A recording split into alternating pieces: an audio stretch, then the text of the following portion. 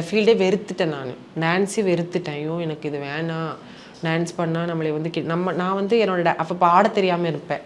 அப்போ நம்மளை பார்த்துட்டு கிண்டல் பண்ணுவாங்க. ஸ்டேஜ்லேயே நிறைய பேர் கிண்டல் பண்ணுறது அந்த வீடியோவில் வந்திருக்கும். இப்போ என்னோட ஆடியன்ஸ் நிறைய பேர் வீடியோ எடுத்து போடுவாங்க இன்ஸ்டாகிராமில். அதில் கிண்டல் பண்ணுறது வந்திருக்கும். நல்லா ஆடிட்டு இருப்பேன். திடீர்னு ஆடியன்ஸ் பார்த்துட்டு ஆடும்போது அவங்க நம்மளை கிண்டல் பண்ணுவாங்க. ஒரு மாதிரி ஃபக் சிம்பிள் காட்டுவாங்க. அப்படிங்க மனசு கஷ்டமாக இருக்கும். வேணாம், நம்ம ஆட வேணாம், நம்ம போயிடலாம், பிச்சை கூட எடுத்து பழிச்சிக்கலாம், நம்ம வேணாம், ஃபீல்டே வேணான்னு சொல்லி வெறுத்தேன். அதுக்கப்புறம் நிறைய பேர் நீ நல்லா ஆடுறடி, நீ நல்லா ஆடுற அப்படிங்கும்போது என் மனசுக்குள்ளே தோணுச்சு, பொண்ணுங்க இத்தனை பொண்ணுங்க ஆடுறாங்க, ஒரு பொண்ணுங்க முன்னாடியே ஒரு திருநங்கை ஆடி சாதிக்கணும், ஆடணும், நம்ம ஆடணும், இதை விட்டுட்டு போகக்கூடாது, இதுதான் நம்மளுக்கு சோறு போடும் கடைசி டைம்னு சொல்லிட்டு ஆடிட்டு இருந்தேன். அப்புறம் என்னோட இப்போது டிக்டாக் சூர்யா போய் இன்ஸ்டாகிராம் சூர்யா போய் இப்போ ஆடல் பாடல் கோவை சூர்யா குட்டின்னு வந்து ஒரு நேம் ஆயிடுச்சு. எங்கள் ஃபேமிலியில் எல்லாருமே ரொம்ப சந்தோஷப்படுறாங்க. நம்ம பையன் இப்போ அம்மாவுக்கு பையன் தானே சொல்ல முடியும். நம்ம பையன் வந்து இப்போ டான்ஸுக்கு போய் ஒரு லெவலில் ஆடி சம்பாதிக்கிறான் அப்படிங்கிற ஒரு லெவலுக்கு வந்துடுச்சு. டான்ஸு எனக்கு பிடிச்சிருந்துச்சு. எனக்கு பிடிச்ச மாதிரியே நான் டான்ஸு கொண்டு போயிடுச்சு, என்னை ஒரு லெவலுக்கு கொண்டு போயிடுச்சு.